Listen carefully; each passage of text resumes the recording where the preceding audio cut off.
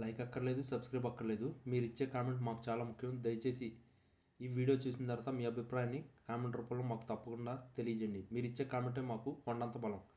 ఆంధ్రప్రదేశ్ రాజకీయాల్లో గత 3 దశాబ్దాలుగా వినిపిస్తున్న అతిపెద్ద వ్యాపారం మరియు రాజకీయ నామధేయం హెరిటేజ్ ఫుడ్స్. తెలుగుదేశం పార్టీ అధినేత నారా చంద్రబాబు నాయుడు కుటుంబానికి చెందిన ఈ సంస్థ చుట్టూ ఇప్పుడు ఏపీ రాజకీయాలు మరోసారి వేడెక్కాయి. వైఎస్ఆర్ కాంగ్రెస్ పార్టీ అధినేత వైఎస్ జగన్మోహన్ రెడ్డి మొదటి నుండి హెరిటేజ్ సంస్థ ఎదుగుదల వెనుక కిట్ ప్రోకో ఉందనే ఆరోపణలు చేస్తూనే ఉన్నారు. ఇప్పుడు ఈ వ్యవహారాన్ని ఆయన అదే దేశ అత్యున్నత న్యాయస్థానం ఆయన సుప్రీంకోర్టు గడపకు చేర్చడం రాజకీయ వర్గాల్లో తీవ్ర చర్చనీయాంశంగా మారింది. జగన్మోహన్ రెడ్డి ఈ పిటిషన్ ద్వారా హెరిటేజ్ సంస్థను తన ప్రధాన అస్త్రంగా మార్చుకుంటున్నట్టు స్పష్టమవుతుంది. ఈ పిటిషన్లో జగన్ ప్రధానంగా హెరిటేజ్ సంస్థ షేర్ల విలువలు పెరుగుదల మరియు ఆ సంస్థకు గతంలో లభించిన ప్రభుత్వ ప్రోత్సాహకాలపై దృష్టి సారించారు. చంద్రబాబు నాయుడు ముఖ్యమంత్రిగా ఉన్న కాలంలో అధికార దుర్వినియోగానికి పాల్పడిన హెరిటేజ్ సంస్థలకు అడ్డగోలుగా ప్రయోజనాలు చేకూర్చిందని జగన్ తన ఫిర్యాదులో పేర్కొన్నట్టు సమాచారం. ముఖ్యంగా పాలనా సేకరణ నుండి మొదలుకొని మార్కెటింగ్ వరకు ప్రభుత్వ యంత్రాంగాన్ని వాడుకుని ప్రైవేట్ డైరీలను దెబ్బతీశారన్నది ఆయన ప్రధాన వాదన. ఇది కేవలం ఒక వ్యాపార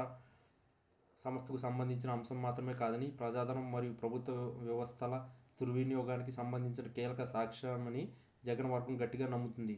జగన్మోహన్ రెడ్డి సుప్రీంకోర్టును ఆశ్రయించడం వెనుక ఒక బలమైన వ్యూహం ఉన్నట్లు కనిపిస్తుంది. తనపై ఉన్న అక్రమాల కేసులు తిప్పికొట్టడానికి హెరిటేజ్ సంస్థకు ఒక ప్రతిదాడి అస్త్రంగా ఆయన వాడుతున్నారు.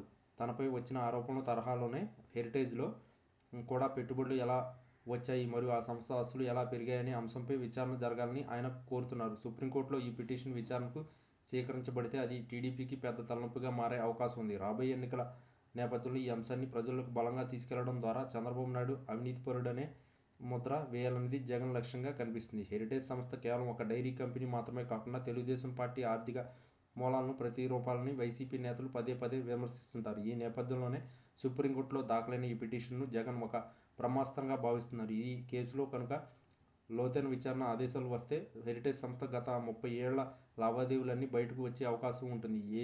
ఇది ఏపీ రాజకీయాల్లో పెను సంచలనాలకు దారితీస్తుంది. మరోవైపు టీడీపీ వర్గాలు ఈ పిటిషన్ను కేవలం రాజకీయ కక్ష సాధింపు చర్యగా కొట్టిపారేస్తున్నాయి. హెరిటేజ్ సంస్థ ఒక పారదర్శకమైన కంపెనీ అని మరియు దీనిపై ఇప్పటికే అనేకసార్లు ఆరోపణలు చేసినా ఏమీ నిరూపితం కాలేదని వారు వాదిస్తున్నారు. ఏది ఏమైనా జగన్మోహన్ రెడ్డి సుప్రీంకోర్టులో వేసిన ఈ పిటిషన్ ఇప్పుడు ఏపీ రాజకీయాల్లో హాట్ టాపిక్గా మారింది. హెరిటేజ్ సంస్థపై విచారణ జరిపితే అది చంద్రబాబు నాయుడుకి ఇబ్బందికరంగా మారుతుందా లేక జగన్కు ఎదురు దెబ్బ తగులుతుందా అనేది కాలమే నిర్ణయించాలి. సుప్రీంకోర్టు ఈ వ్యవహారంపై ఎలాంటి స్పందన తెలియజేస్తుందో అనే ఉత్కంఠ సర్వత్రా నెలకొంది. ఈ న్యాయ పోరాటం కేవలం 2 పార్టీల మధ్య వివాదం మాత్రమే కాకుండా ఏపీ రాజకీయ భవిష్యత్తును నిర్ణయించే కీలక మలుపుగా మారే అవకాశం ఉంది.